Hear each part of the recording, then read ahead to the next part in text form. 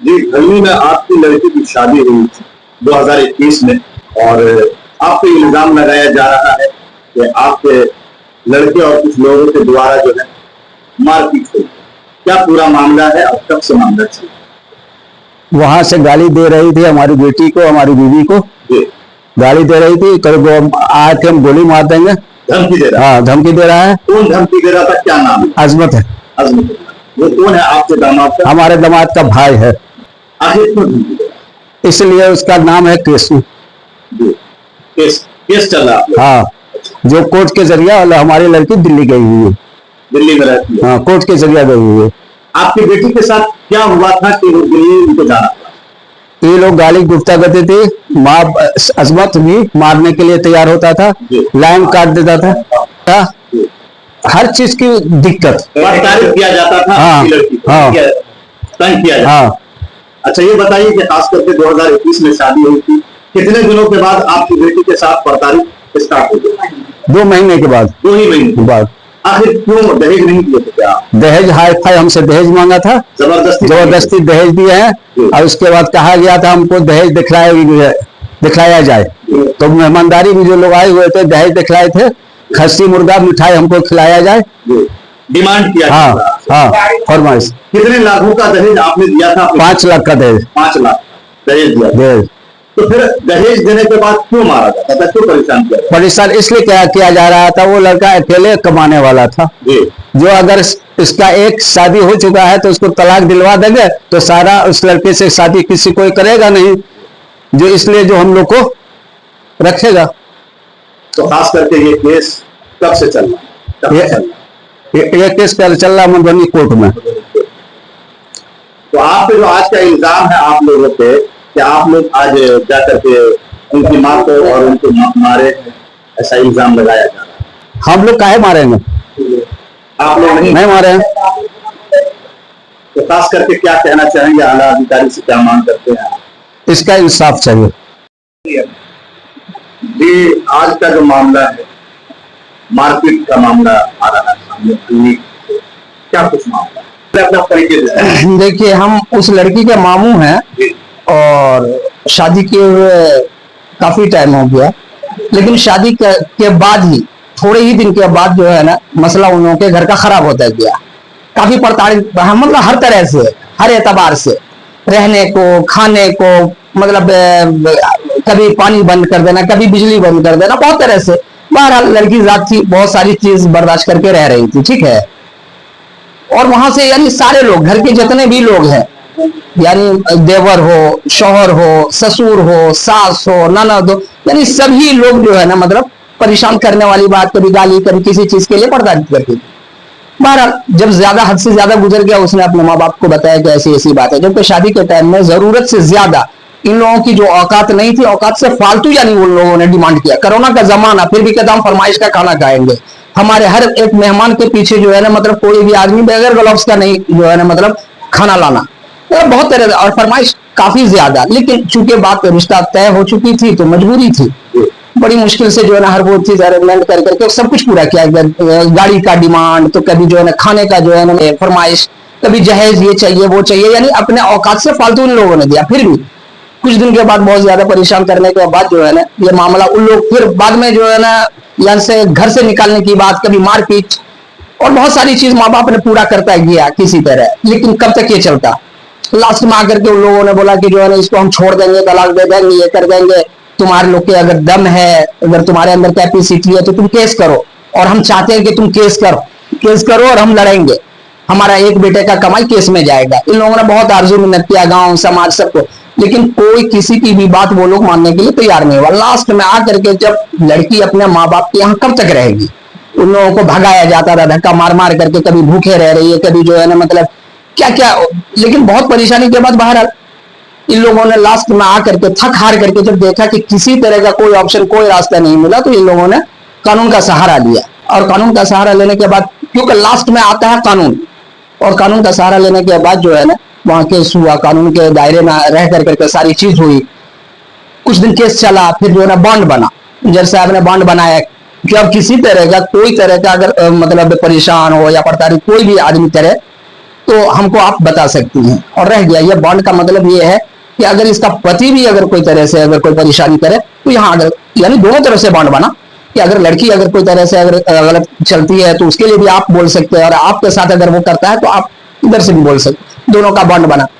बहरहाल बॉन्ड बन जाने के बाद उसका पति ने उसको अपना लेकर के अपने साथ लेकर के गया दिल्ली। पति उसके साथ अत्याचार तो नहीं करता? अभी फिलहाल नहीं कर रहा, पहले कर रहा, क्योंकि अभी मजबूरी है, बॉन्ड बना हुआ है, अभी उसकी मजबूरी है। पहले वो भी अत्याचार करता था, माँ बाप भाई बहन जो कहता था वैसे ही अंदाज में वो भी करता था, वैसे ही चलता था उसी के। लेकिन ये है कि अभी भी जो है ना, अभी पहले के मुकाबले में समझिए कि बहुत कम, नहीं के बराबर, क्योंकि उसकी मजबूरी है, क्योंकि कानून के इस दायरे में वो बंधा हुआ है।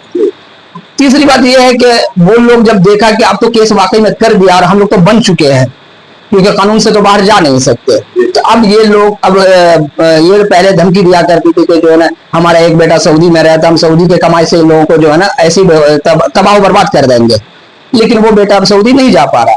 अभी कुछ दिनों से जो है ना उसकी माँ यानी वो लड़की की सास, वो जो है ना फोन पर फोन कर रही है अपने समझियाना में, और समझिनी को फोन करके बोल रही है बड़े प्यार से, जो कभी जिंदगी में वो फोन करके कभी सीधा मुंह बात नहीं की, लेकिन अभी वो जो है ना फोन करके ये बोल रही है कि केस उठवा लो ना।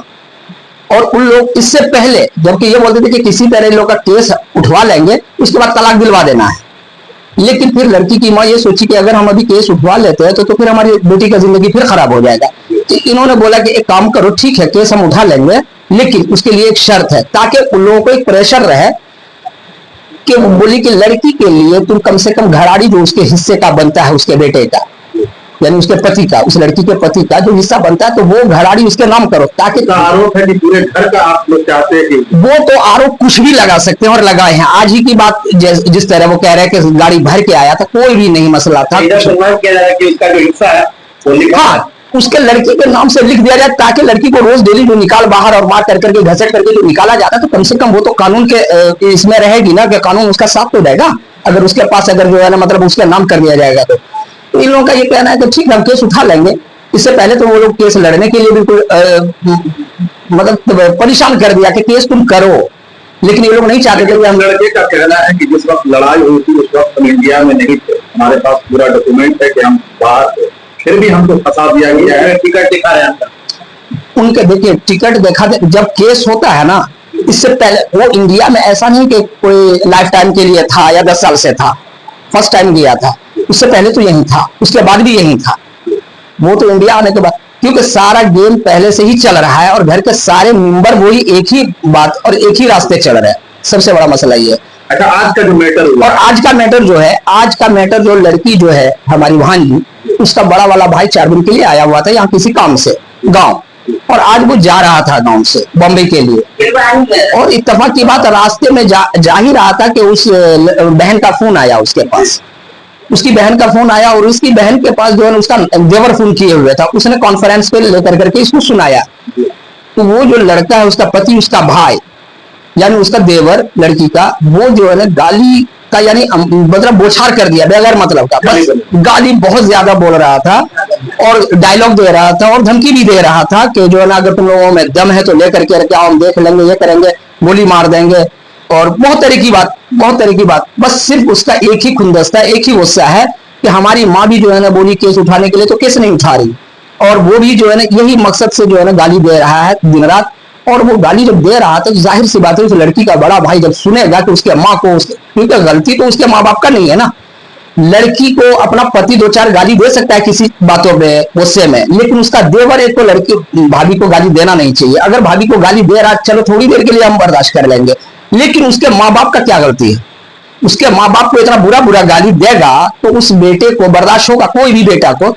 वो इत्तेफाक की बात रास्ते ही में था तो वो गाड़ी घुमा करके बोला कि चलो जब इतना डायलॉग दे रहा, बुला रहा है तो हम जाते हैं, और वो लाइन पर बात कर ही रहा था, कॉन्फ्रेंस में था, ये सब कुछ सुन ही रहा है।